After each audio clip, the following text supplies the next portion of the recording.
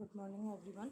आज की क्लास में हम बात करते हैं, आपका नेक्स्ट टॉपिक है रक्त मोक्षण के बाद बंद विधि, यानी कि जो बैंडेजिंग करते हैं हम, या फिर आप अपनी लैंग्वेज में पट्टी बोल सकते हो, जो भी करते हैं उसके बारे में आज हम पढ़ने वाले हैं। तो बंद विधि की बात करते हैं। बंद विधि का प्रयोजन क्या है? सबसे पहले तो कि क्यों कहीं भी बंद या बैंडेजिंग की जाती है, तो बंद के कारण या बंधन के कारण क्या होता है, अगर जैसे मान लीजिए कहीं वुंड बना, वहाँ पे चोट लगी है, वुंड बना और वहाँ से जो है ब्लड बाहर आ रहा है, और आपने उस पर कोई भी संधान द्रव्य लगा के क्या कर दी, बैंडेजिंग कर दी, तो जो व्रण बना है उसका क्या, एक तो क्या हो जाएगा, शोधन। शोधन क्यों?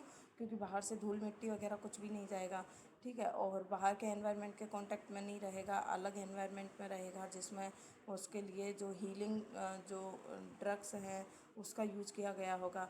तो जिससे व्रण का क्या होगा, शोधन होगा। शोधन जितना जल्दी होगा उतने ही जल्दी व्रण का क्या होने लगेगा, रोपण होने लगेगा, यानी उतने ही जल्दी व्रण जो है हील होने लगेगा, उसका रोपण होगा। तथा और संधि अस्थि के भाग में क्या आ जाएगी, स्थिरता। अगर वो व्रण अस्थि संधि वाले कहीं स्थानों में हुआ है तो उन पार्टों में क्या आ जाएगी, स्थिरता। तो ये क्या है, व्रण बंधन का प्रयोजन, कि अगर आपने बंधन सही तरीके से किया है तो व्रण का शोधन हो जाएगा, रोपण हो जाएगा, और संधि अस्थि के भाग में क्या आ जाएगी, स्थिरता आ जाएगी। व्रण संबंधी अवस्था में बंध का प्रयोग किया जाता है। जब भी कहीं भी व्रण बनेगा, लेकिन कुछ कुछ व्रण हैं जिनके अंदर हम बंध नहीं बांधते हैं, उनकी बाद में बात करेंगे, लेकिन मोस्टली जितने भी व्रण हैं उनमें हम बंध का प्रयोग करेंगे। और आलेप पहले क्या लगाएंगे, वहाँ पे आलेप लगाएंगे, किसी भी तरीका को, कोई ऑइंटमेंट लगाएंगे, कोई मलहम लगाएंगे, उसके बाद क्या है, बंध हम बांधेंगे। क्योंकि आलेप नहीं लगाया और डायरेक्ट बंद कर दिया तो व्रण के रोप शोधन और रोपण की प्रोसेस जो है वो थोड़ी डिले हो जाएगी। इसीलिए क्या बोला गया है कि आलेप को व्रण का सर्वप्रथम उपचार माना गया है। मैं आपको षष्ठी उपक्रम पढ़ाऊंगी व्रण के, तो उसमें आलेप जो होता है सबसे सर्वप्रथम कर्म है। 60 कर्मों में सबसे पहले आलेप किया जाता है, या कोई ऑइंटमेंट वगैरह व्रण पर लगाया जाता है, ठीक है। फिर उसके बाद आता है बंध द्रव्य। बंध के द्रव्य कौन कौन से होंगे, यानी कि हम बंधन में कौन कौन से द्रव्यों का यूज कर सकते हैं। तो बंध में देखिए, सबसे पहले तो हम शोम या अतसी नामक द्रव्य से निर्मित तंतु, यानी कि शोम से बना तंतु हम ले सकते हैं।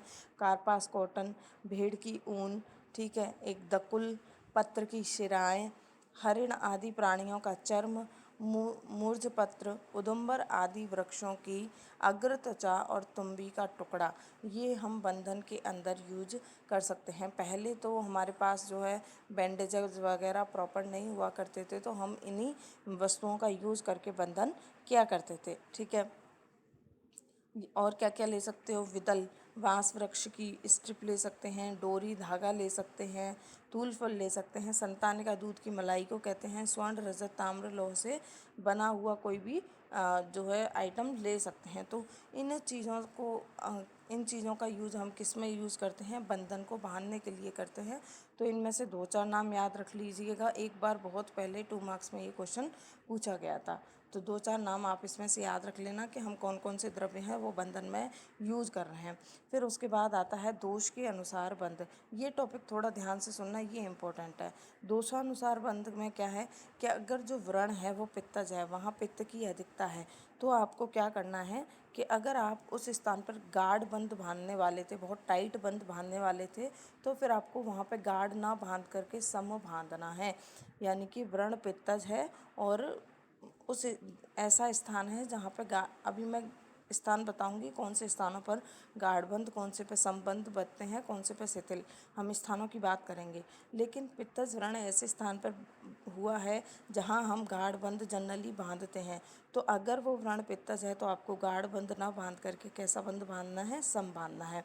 और जहाँ सम बांधना हो वहाँ शिथिल बांधें, और जहाँ शिथिल बांधना है वहाँ आपको बंधन ही नहीं बांधना है, क्योंकि पित्त अधिक रहने से व्रण को शीघ्र ही उसमें पाक की अवस्था आ जाएगी। तो ये चीज़ें आपको याद रखनी है कि एक कम लेके चलना है। अगर वही व्रण जो है कफ या वातज हो, तो जहाँ पर आपको शिथिल बांधना चाहिए था वहाँ तो आपको सम बांधना है, ठीक है, जहाँ आपको सम बांधना है वहाँ आप गाढ़बंध बांध रहे हैं, और जहाँ गाढ़बंध बांधना था वहाँ अत्यंत गाढ़बंध आपको बांधना है। तो ऐसे जो है दोष के अकॉर्डिंग व्रण को देख करके आपको बंध डिसाइड करना है कि कौन से स्थानों पर हमें कौन से बंध का प्रयोग करना है। ठीक है बात।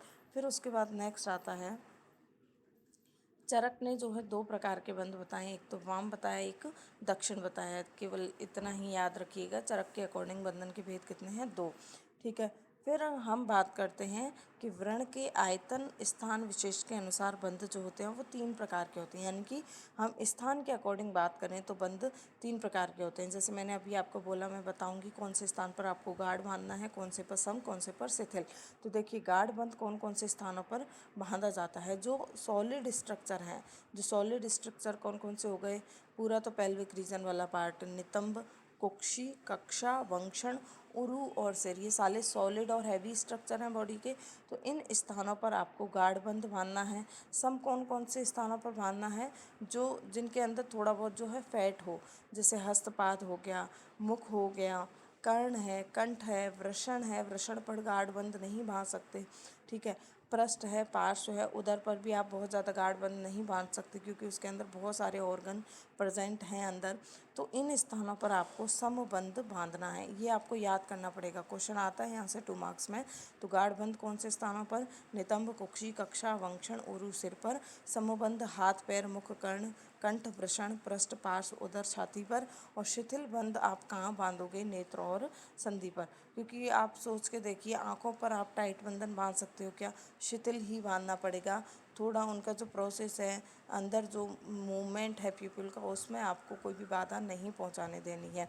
इसी तरीके से संधि है, संधि जॉइंट पे होगा, तो अगर वहाँ पे उसके फ्लेक्जन रोटेशन के अंदर ही बाधा होगी तो काम नहीं हो पाएगा। इसीलिए वहाँ पे आपको कैसा बंधन बांधना है, शिथिल बंधन बांधना है।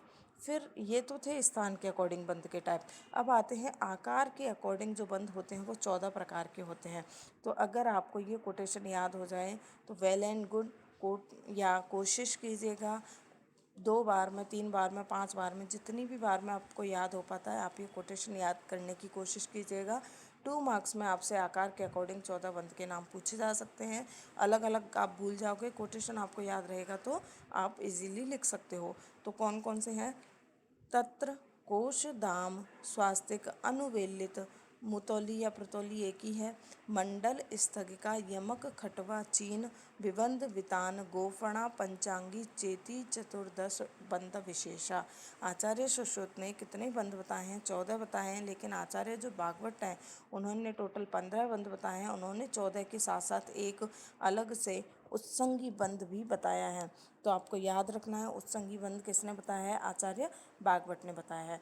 सबसे पहले हम बात करते हैं कोश बंध की। कोश बंध जो होता है फिंगर बैंडेज होता है, यानी कि जो फिंगर होती है, चाहे इंडेक्स हो, मिडिल हो, कोई भी हो, इंडेक्स फिंगर, हम इंडेक्स मान के चल रहे हैं, इंडेक्स फिंगर में अगर चोट लगती है, फ्रैक्चर होता है, तो वहाँ पे जो कोश बंध बांधा जाएगा, देखिए क्या है कोश बंध, आप इंग्लिश में नाम याद रखना, इसको फिंगर बैंडेज कहते हैं।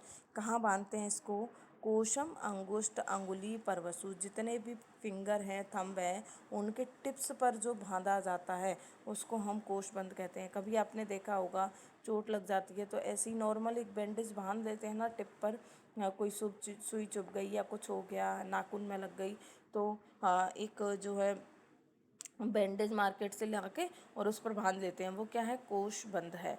तो अंगुष्ठ व अंगुली के बीच पर्व में, यानी कि शिप्र मर्म के स्थान पर, जो शिप्र मर्म का स्थान है अंगुष्ठ अंगुली के बीच में, वहाँ पर जो बंध बांधा जाएगा वो क्या है, कोश बंध है। आपको तो केवल इतना ही याद रखना है, अंगुष्ठ अंगुली के पर्व पर जो बंध बांधा जाता है उसे क्या कहते हैं, हम कोश बंध कहते हैं।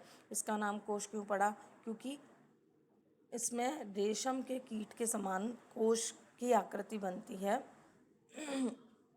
सॉरी, जब भी हम कोशबंध बांधते हैं तो इसमें रेशम के कीट के समान कोश की आकृति बनती है, इसलिए इसका नाम कोशबंध पड़ा। कोशबंध को हमें ज़्यादा टाइट नहीं बांधना है क्योंकि ये बहुत ज़्यादा सॉलिड स्ट्रक्चर नहीं है, तो हम ज़्यादा टाइट इनको नहीं बांधते। ठीक है, तो ये था पहला बंध। दूसरा आता है दाम बंध, बहुत ही सिंपल है ये, स्लिंग बैंडेज हम इसको कहते हैं। दाम संबाधे अंगे, यानी कि क्या है, ये पीड़ा युक्त जो भाग होता है वहाँ पर इसको बांधा जाता है। जैसे आपने कभी नोटिस किया हो कि क्लेविकल का फ्रैक्चर हो गया या शोल्डर जॉइंट का फ्रैक्चर हो गया, तो जो एक स्लिंग टाइप में ऐसे हाथ को लेकर के ये हाथ के लिए एक जो पट्टा सा दिया जाता है, जो स्लिंग स्ट्रक्चर होता है, वही होता है स्लिंग बैंडेज। जो गर्दन से लेके और हाथ को होल्ड करके रहता है वो होता है स्लिंग बैंडेज। यानी कि ये फोर्टेल बैंडेज होगा, इसके स्लिंग बैंडेज है। इसमें क्या है, जो पीड़ा युक्त भाग है, जैसे क्लेविकल का फ्रैक्चर हुआ है या जो है ह्यूमरस का हुआ है, तो उस पार्ट में ये बांधा जाता है। क्लेविकल पर इसको बांधते हैं। डोरी सदृश चतुष्पाद बंद को हम दाम बंद कहते हैं। ये नीचे वाली लाइन है, भले ही मत पढ़ना, आपको इतनी इतनी पढ़नी है। दाम सबादे अंगे, यानी कि पीड़ा युक्त अंग भाग पे आप कौन सा बंद बांधोगे, दाम बंद बांधोगे। फिर आता है स्वस्तिक। स्वस्तिक को हम स्पाइका बैंडेज कहते हैं। इसमें क्या होता है, स्वस्तिक बंद कहाँ बांधा जाएगा, संधि कूर्चक भ्रू स्तन अंतर तल कर्णेशु स्वस्तिकम, यानी कि कूर्च संधि के स्थान पर, भ्रू पर, स्तनों के बीच वाला जो पार्ट है वहाँ पर, अंश संधि का अगर डिसलोकेशन हुआ है, अंश संधि का विश्लेषण अगर हुआ है हाथ पैर के तलवों में, और कर्ण के स्थानों पर हम कौन सा बंद बांधते हैं, स्वस्तिक बंद बांधते हैं। स्वस्तिक की आकृति में इसको सिलाई करके बांधा जाता है, इसीलिए इसका नाम स्वस्तिक बंद पड़ा। तो स्थान याद रखने हैं, कहाँ हैं, कूर्चक भ्रू स्तन अंतर तल कर्णेशु स्वस्तिकम, यानी कि कौन कौन से, जो हाथ पैरों के तल भाग पर, कर्ण स्थानों पर, स्तनों के बीच वाले भाग पर और कूर्च संधि के स्थान पर जो बंद बांधा जाता है उसको हम स्वस्तिक बंद कहते हैं। फिर आता है अनुवेलित। अनुवेलित जो होगा वो स्पाइरल फॉर्म में होता है। इस तरीके से जो बंद बांधा जाता है वो अनुवेलित होगा, यानी कि ये शाखाओं में बांधा जाएगा। मान लीजिए ये किसी का हाथ है, इसका फ्रैक्चर हुआ है, तो इस पर अगर आपने कभी पट्टी बांधी हो या गर्म पट्टी हम लगाते हैं तो वो इस तरीके से, इस मैनर में ही तो लगाते हैं, उसको आगे बढ़ाते जाते हैं, लगाते जाते हैं, तो वो क्या है, अनुवेलित है। शाखासु अनुवेलितम शाखासु, जो शाखा या हाथ पैरों में बांधा जाता है उसको अनुवेलित बंद कहते हैं। जो व्रण आगे से पीछे की ओर मूव करता हो, है ना, आविष्टित करके बांधा जाता हो, कवर करके बांधा जाता हो, उसको हम अनुवेलित कहते हैं। अनुवेलित नाम क्यों पड़ा, क्योंकि लता की तरह शाखा के चारों ओर ये घूमता हुआ पूरा यूँ घुमा करके उसको बांधते हैं, इसीलिए इसका नाम अनुवेलित पड़ा। फिर आता है मोतौली, जिसको कई कई टेक्स्ट बुक में आपको प्रतौली भी नाम देखने को मिलेगा। इसको हम कहते हैं वाइंडिंग। ये क्या है, ग्रीवा मेड्रयो मोतौली, ग्रीवा और मेड्र पर कौन सा बंद बांधा जाता है, मोतौली बंद बांधा जाता है। ठीक है, ये जो है मुतौली बंद को आचार्य डलहन ने गौतुंडिका या चालनी बंद कहा था। क्यों कहा था, क्योंकि ये जो बंद है वो जाल सदृश होता है। इसमें छोटे, जब इसको बांधते हैं तो अपने आप ही वो ऐसी आकृति का हो जाता है कि उसमें छोटे छोटे छिद्र बन जाते हैं और एकदम ये शिथिल रहता है, पर्याप्त ढीला रहता है, जिससे मलमूत्र त्याग करने में सुविधा बनी रहती है। क्यों, क्योंकि हम इसके कहाँ बांध रहे हैं, मेड्र स्थान पर बांध रहे हैं। तो याद रखना है, ग्रीवा मेड्र यो मुतौली, जो मेड्र स्थान पर, जो ग्रीवा के स्थान पर बांधा जाए, जिसमें छिद्र हों, जिससे मल मूत्र करने में भी सुविधा बनी रहे, उसको हम कौन सा बंद कहते हैं, मोतौली या प्रतौली बंद कहते हैं। और आचार्य डलहन ने इसको क्या नाम दिया था, गोतुंडिका नाम दिया था। ठीक है, फिर उसके बाद आता है मंडल बंद। मंडल बंद जो है, एक सेकेंड, मंडल बंद जो है वो सर्कुलर होगा, यानी कि वृत्ते अंगे मंडलम, जो गोलाकार भाग हैं, जैसे बाहु हो गया, उदर हो गया, जंगा हो गया, पृष्ठ हो गया, वहाँ पे बस एक राउंड करके इस तरीके से बांध दिया, वो हो गया सर्कुलर बैंडेजिंग या फिर मंडल बंद। मंडल बंद व्रण अथवा शरीर पर वेष्टनाकार बांधा जाता है, सर्कुलर मैनर में बांधा जाता है। वक्ष व उदर के व्रण पार्श्व में हो तो मंडल व्रण ही हम उस पर बांधते हैं। ठीक है, तो वृत्ते अंगे, केवल जो संस्कृत वाली लाइन है ये आपको मेन याद रखनी है। वृत्ते अंगे मंडलम, जो गोलाकार भाग है वहाँ पे मंडल बांधना है। फिर आता है स्थगिका। स्थगिका क्या होगा, स्टंप, यानी कि ये पान के डब्बे के आकार का होता है। पान का जो डब्बा होता है बिल्कुल एकदम चौकोर बॉक्स टाइप का, बिल्कुल इसी टाइप का जो बैंडेज होता है वो स्थगिका बैंडेज होता है। इसमें क्या करते हैं हम, औषध की हेल्प से जो व्रण क्षत वाला पार्ट है वहाँ पे पूरा औषध से कवर करके पट्टी के द्वारा छोटी पेटी के समान उसमें गांठ लगा के बांध देते हैं, यानी कि चारों तरफ से उसको इस तरीके से पट्टी करके उसको पैक कर देते हैं, इस तरीके से बांध देते हैं। इस तरीके से बांधे जाने के कारण उसको स्थगिका बंध कहते हैं। कहाँ कहाँ बांधा जाता है ये? अंगुष्ठ अंगुली मेढ्राग्र। अब ध्यान से सुनना, मुतौली बंध है वो पूरे मेढ्र पर बांधा जाता है, लेकिन अगर मेढ्राग्र पूछा जाए अग्रभाग पर, मेढ्र के अग्रभाग पर जो बांधा जाएगा वो कौन सा बंध है? स्थगिका बंध है। ध्यान रखिएगा, यही पीजीटी में 2 मार्क्स में पूछा जा सकता है। अंगुष्ठ अंगुली के पर्व पर कौन सा बंध बांधा जा रहा था? कोषबंध। लेकिन अंगुष्ठ अंगुली पूरा करके आए तो स्थगिका बंध हम वहाँ पर नाम लिखेंगे।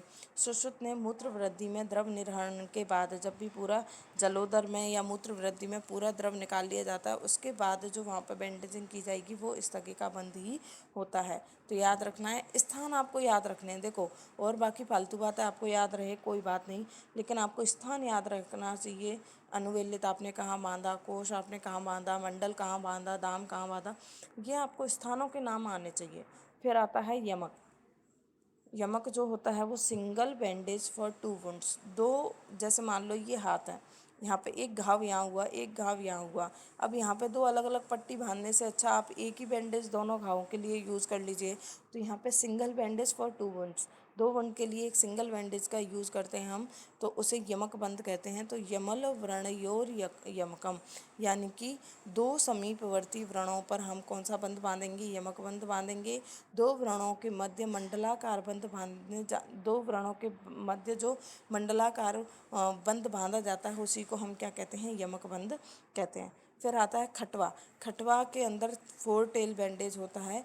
ये कहाँ बांधेंगे हम? हनु शंख गंडेशु खटवाम। हनु प्रदेश पर, शंख प्रदेश पर, कपाल पर, गंड प्रदेश पर कौन सा बंध बांधा जाएगा? खटवा बंध बांधा जाएगा। इसके मध्य के वस्त्र के चारों कोनों पर एक एक पट्टी लगी होती है। जैसे कि ये मीडियम वाला पार्ट है, तो यहाँ से एक पट्टी इधर जा रही है, एक पट्टी इधर जा रही है, एक पट्टी इधर जा रही है और एक इस तरीके से। तो इस तरीके की जो बैंडेजिंग शेप लिए होगा उसको हम कौन सा बंध कहते हैं? खटवा बंध कहते हैं। और कहाँ कहाँ बांधा जाएगा ये? हनु शंख गंड प्रदेश पर ये बांधा जाएगा। यानी कि खटवा नाम क्यों पड़ा? क्योंकि खटिया के 4 पैरों के सदृश से इसकी संरचना बनती है, इसलिए इसका नाम खटवा बंध पड़ा। फिर आता है चीन बंध, बहुत ईजी है। अपांगयो चीनम, केवल अपांग प्रदेश पर, जैसे अब इसको याद कैसे रहोगे? जो चीनी होते हैं, चाइना वाले होते हैं, उनकी आंखें कैसी होती हैं? छोटी छोटी होती हैं। इस तरीके से आप याद रख सकते हो। तो अपांगयो चीनम, अपांग प्रदेश पर, यानी कि नेत्र पर ही बोलो, या अपांग प्रदेश वही वाला एरिया है, वहाँ पर जो बंध बांधा जाएगा उसको हम चीन बंध कहते हैं। केवल इतना याद रखना है। फिर आता है विबंध बंध, यानी कि इसमें ये कहाँ बांधा जाएगा? पृष्ठोदर सुविबंधम, पृष्ठ, उदर और वक्ष, पृष्ठो उदरो उरः, पृष्ठो उदरो उर, पृष्ठ पर, उदर पर और उर पर या वक्ष स्थान पर जो बंध बांधा जाएगा उसको हम विबंध बंध कहते हैं। विबंध बंध को ही विबंध बंध का विभित बंध को जो अलग अलग तरीके से बांधा जाए उसे ही विबंध बंध कहते हैं। इसमें 6 एक दूसरे से जुड़ी हुई क्या होती हैं? पट्टी होती हैं। कोई भी बात आपको याद नहीं रखनी है, केवल स्थान याद रखना है। विबंध कॉन्स्टिपेशन कौन से? उदर वाले एरिया में होगा, पृष्ठ वाले एरिया में होगा, तो ऐसे याद रख लेना। विबंध कहाँ होगा? तो उसी एरिया पर इसको हम बांधेंगे। फिर आता है वितान बंध। वितान बंध को हम हेड बैंडेजिंग, जो जैसे सिर पर पगड़ी बांधते हैं ना, बिल्कुल उसी तरीके से वितान बंध बांधा जाता है। मूर्धनि वितानम, मूर्धनि वितानम यानी कि सिर पर पगड़ी या साफा, जिस तरीके से आपने देखा होगा इस तरीके से सिर पर पगड़ी या साफा हम बांधते हैं, तो उसी को हम क्या कहते हैं? वितान बंध कहते हैं। बांधने पर ये कैसा दिखाई देता है? पगड़ी की आकृति का दिखाई देता है, इसीलिए इसका नाम क्या पड़ा? वितान बंध पड़ा। फिर आता है गोफणा। गोफणा को हम इस शेप में बांधते हैं, टी शेप में बांधते हैं। तो चिबुक, नासा, ओष्ठ, बस्ती, सु गोफणा, यानी कि चिबुक पर, नासा पर, ओष्ठ पर, बस्ती पर, गुद पर और वृषण पर जो बंध बांधे जाएंगे उनको गोफणा या टी शेप बैंडेजिंग कहते हैं। कैसे बंध बनता है? इसमें ऐसे गुलेल की शेप की आकृति का बंध बनता है और छोटे छोटे पत्थरों को फेंकने छोड़ो, ये लाइन छोड़ देना, ये छोड़ देना, बकवास लाइन है। केवल आपको इतनी याद रखनी है, चिबुक नासा ओष्ठ बस्तीशु गोफणा। ठीक है, फिर आता है पंचांगी बंध। पंचांगी बंध हमेशा पंचांगी, 5 इंद्रियां कहाँ हैं, ऊपर ऊर्ध्व जत्रुगत भाग में, तो इसको भी कहाँ बांधा जाएगा, ऊर्ध्व जत्रुगत भाग में बांधा जाता है। जैसे मैंडिबल का डिसलोकेशन हो जाए, ठीक है, और तो वहाँ पे हम कौन सा बंध बांधते हैं, पंचांगी बंध बांधते हैं। तो ये जो 14 बंध थे वो आचार्य सुश्रुत के अकॉर्डिंग थे। इम्पॉर्टेंट है, क्वेश्चन जो है आपसे बड़ा यहाँ से पूछा जा सकता है। आपको कुछ याद नहीं रखना है, केवल इतना याद रखना है कि इनका जो संस्कृत वाली लाइन है ना, उसको भले हिंदी में याद रख लीजिएगा, लेकिन याद वही रखनी है कि कौन कौन से स्थान पर कौन से बंध का प्रयोग किया गया है। फिर आता है उत्संगी बंध, जो कि आचार्य भागवत ने बताया था। ये कहाँ बांधा जाता है, उत्संग विलंबिनी, यानी कि जो लटकती हुई शाखाएं जैसे हाथ पैर हैं, आर्म है, उन पर उत्संगी बंध का हम प्रयोग करते हैं। ठीक है, तो ये जो बात है वो आपको बंध के अंदर इम्पोर्टेंटली याद रखनी है।